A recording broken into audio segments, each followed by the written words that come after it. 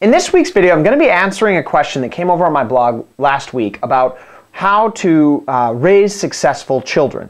The question was written to me, basically to kind of sum it up. It said, hey, thanks for your free report. She was talking about my free report that we offer on unlocking children's potential at betterparenting.com. You can go download it for free if you do not already have it. She said, thanks for the report. My child is doing all 6 of the things you talk about in the report.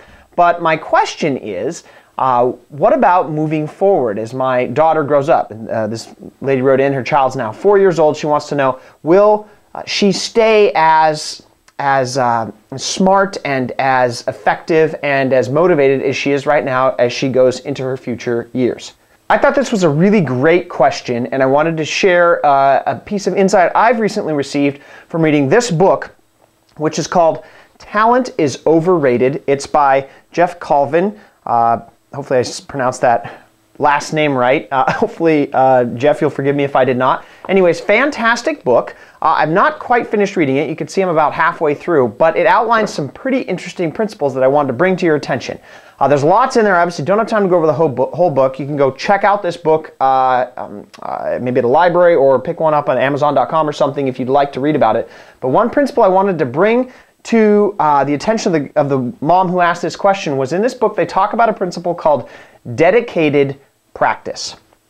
So here's what dedicated practice is. Dedicated practice is the thing that Jeff in this book here noticed that highly successful people do that normal to below normal people do not do. And in order to do dedicated practice, what has to happen is you have to usually bring in a mentor.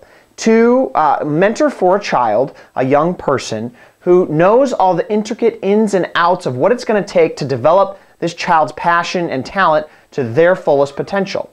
So then this person comes in with all that knowledge and works on one tiny aspect.